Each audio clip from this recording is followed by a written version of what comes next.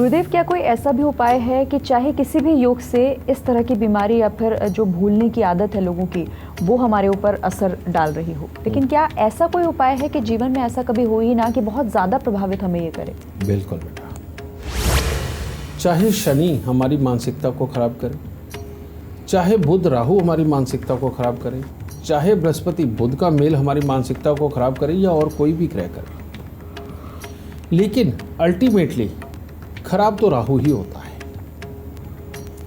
और इंसान का जो कर्म है वो प्रधान बन जाता है इसके बीच में। और कर्म को प्रधान बनाए रखने के लिए, चाहे वो अच्छा कर्म हो चाहे बुरा कर्म हो, जिम्मेवार होते हैं मंगल और शनि। और मंगल और शनि जब आपस में मिलते हैं तो बनते हैं राहु। राहु को अच्छा रखना और राहु का बहुत ज़्यादा बुरा प्रभाव अपने ऊपर ना पड़े, इससे भी बचाव करके रखना बहुत ज़रूरी होता है। और इससे बचाव का जो सबसे उत्तम तरीका है वो आज आपको बताते हैं। मंगल यानी कि मीठा, शनि यानी कि तीखा या कड़वा या काला। तो ऐसी अवस्था में मंगल शनि मिश्रित फल कौन सा हुआ? यानी कि खजूर, जो काली पड़ जाती है लेकिन मीठी होती है। ठीक है, खजूर मंगल और शनि का मिश्रित ये फल होता है।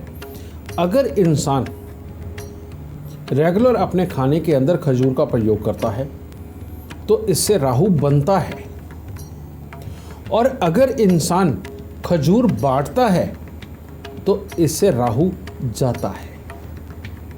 तो ऐसे इंसान को, जिनको भी याददाश्त से संबंधित कोई बड़ी समस्या रहती हो और या होने लग गई हो, ऐसा इंसान अगर हर रोज़ खजूर खा के दूध भी पीता है तब भी उसके लिए बहुत ही उत्तम हालात बनेंगे।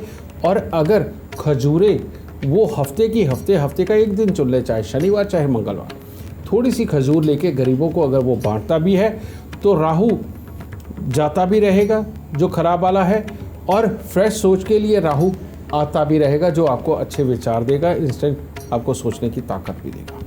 तो मेरा ख्याल इससे बढ़िया उपाय और कोई नहीं हो सकता राहु को अच्छा करने के। दर्शकों को आज का गुरु मंत्र बेटा, बात अगर याददाश्त की हो रही है तो आज गुरु मंत्र भी याददाश्त से संबंधित ही होगा। हालांकि पहले से आप सब लोग जानते हैं, जब भी बेटा याददाश्त की बात हो तो नीला रंग प्रधान होता है। जब भी याददाश्त की बात हो तो 4 नंबर भी प्रधान होगा, क्योंकि ये भी राहु का है। और जब भी याददाश्त की बात हो तो हमें ये देखना पड़ेगा कि हमारे घर में राहु कहाँ कहाँ है। सबसे पहले हमें उस इलाके में नहीं रहना जहाँ पर बहुत ज़्यादा बदबू हो, गंदगी हो, गंदा नाला हो बहुत बड़ा। ये राहु प्रधान एरिया हो गया। वहाँ पर रहते हुए ये भूलने की अगर बीमारी लगे तो ये और बहुत बढ़ती चली जाएगी। दूसरी बात, अपने घर की बिल्कुल एंट्री के ऊपर अगर कोई सेफ्टी टैंक वगैरह है या आपके घर के आगे की जो नाली है वो हर वक्त जाम रहती है और बुरे हालात में है, तो ये राहु आपके घर में ही बैठा हुआ है। इसीलिए बेटा सेफ्टी टैंक को समय समय के ऊपर क्लीन कराना, बदबू ना बने इसके लिए, और घर के आगे की नाली को हमेशा साफ़ सुथरा रखना, ये आपका धर्म बन जाता है। वरना आपके बच्चों की लिखाई पढ़ाई में भी बाधा आएगी और बड़ों को भी भूलने की बीमारी ये होती चली जाएगी। हो सकता है छोटे बच्चों को भी ये बीमारी लग जाए।